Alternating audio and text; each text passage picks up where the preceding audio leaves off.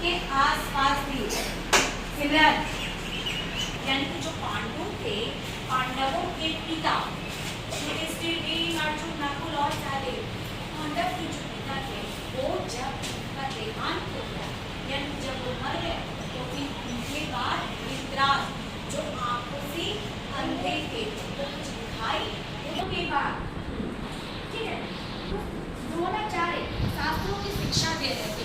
उन सब के गुरु पांडव, पांचों पांडव और कौरवों के कौन थे गुरु?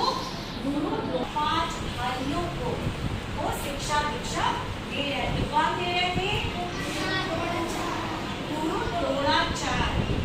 उस दिन की बात करूं, जो के राजकुमारों की परीक्षा में इनका विचार कुछ दिनों के बाद गुरु द्रोण जो थे वो युधिष्ठिर, भीम, अर्जुन, नकुल, सहदेव और कौरव सबकी क्या करने वाले थे? परीक्षा देने वाले थे। पास के उपवन में ही कुछ दिनों के बाद बहुत सारे इस तरह से पेड़ थे।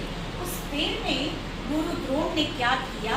एक चिड़िया को लगा दिया। देखो यहाँ पर भी एक चिड़िया और एक यहाँ पे भी चिड़िया है। इस चिड़िया को गुरु द्रोण ने क्या किए? वो चिड़िया को लगा दिए। अब जो है बारी बारी से उन्होंने कहा, क्या गुरु द्रोण की बारी बारी से जो चिड़िया की आँख देख रहे हो ना, यहाँ पे आँख है, इस आँख की गुठली पे जो निशाना बांधेगा यानी फेल करेगा, वो इस परीक्षा में क्या होगा? सफल हो सकेगा। तो इस प्रकार से ये पांचों भाई युधिष्ठिर, भीम, अर्जुन, नकुल और सहदेव, ठीक है, अब बारी बारी से बोला गया। सबसे पहले किसकी बारी आई? युधिष्ठिर की। उन्होंने जब तीर चलिए चलाइए, जब मैं बोलूंगी तब। अब आप एक आंख बंद करो, एक आंख बंद करो और यहाँ पे देखो, यहाँ पे। अब आपको क्या नजर आ रहा है ये बताना, आपको क्या क्या नजर आ रही है?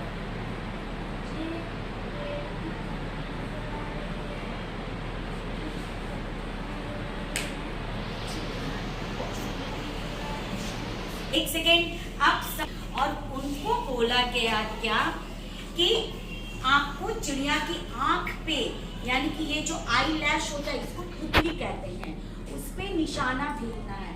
आप बताओ, पहले युधिष्ठिर आए, आपको क्या नजर आ? पेड़ की डाली नजर आ रही है, उसकी पत्तियां नजर आ रही हैं। ओके, तो युधिष्ठिर ने बिल्कुल सत्य कहा।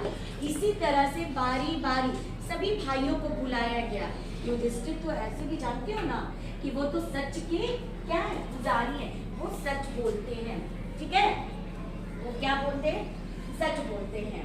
तो वो क्या बोले? उनसे जब पूछा गया कि गुरुजी जब उनसे पूछ रहे हैं कि आपको क्या नजर आ रही है, कि युधिष्ठिर ने कही, मुझे जब एक आंख बंद कर पूछा गया कि आपको क्या नजर आ रही है, तो पेड़ की शाखाएं, पेड़ की तना, फल, फूल, ये सारी चीजें नजर आ रही है। तो क्या जब ये तीर को भेदेंगे तो सही होगी?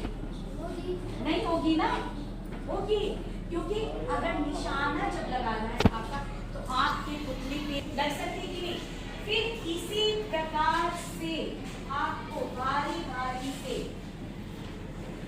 युधिष्ठिर को बुलाया गया, भीम को बुलाया गया, नकुल को बुलाया गया, सहदेव को, बल्कि दुर्योधन को भी बुलाया गया।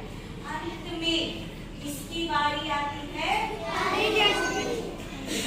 अंत में तेजस्वी छात्र अर्जुन की बारी आती है। अब अर्जुन आते हैं, ठीक है, इनको बोलना अर्जुन की बारी आती है। अर्जुन अब आप आइए और चिड़िया की आंख की पुतली पे निशाना दे दे। आपको क्या नजर आ रही है? गुरुजी मुझे केवल चिड़िया की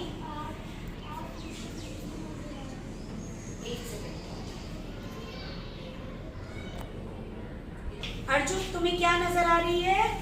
मुझे केवल चिड़िया की आंख की पुतली नजर आ रही है। अर्जुन को जो गुरुजी चाहते थे जवाब वही उनको सुनने को मिली। ये गुरुजी ने इनसे पूछा कि आपको क्या नजर आ रही है, तो अर्जुन ने सीधे कहते हैं क्या कि मुझे केवल आग की पुतली नजर आ रही है। चलिए यही, अब आप तीर छोड़ दीजिए उन पे।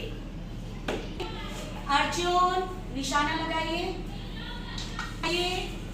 अर्जुन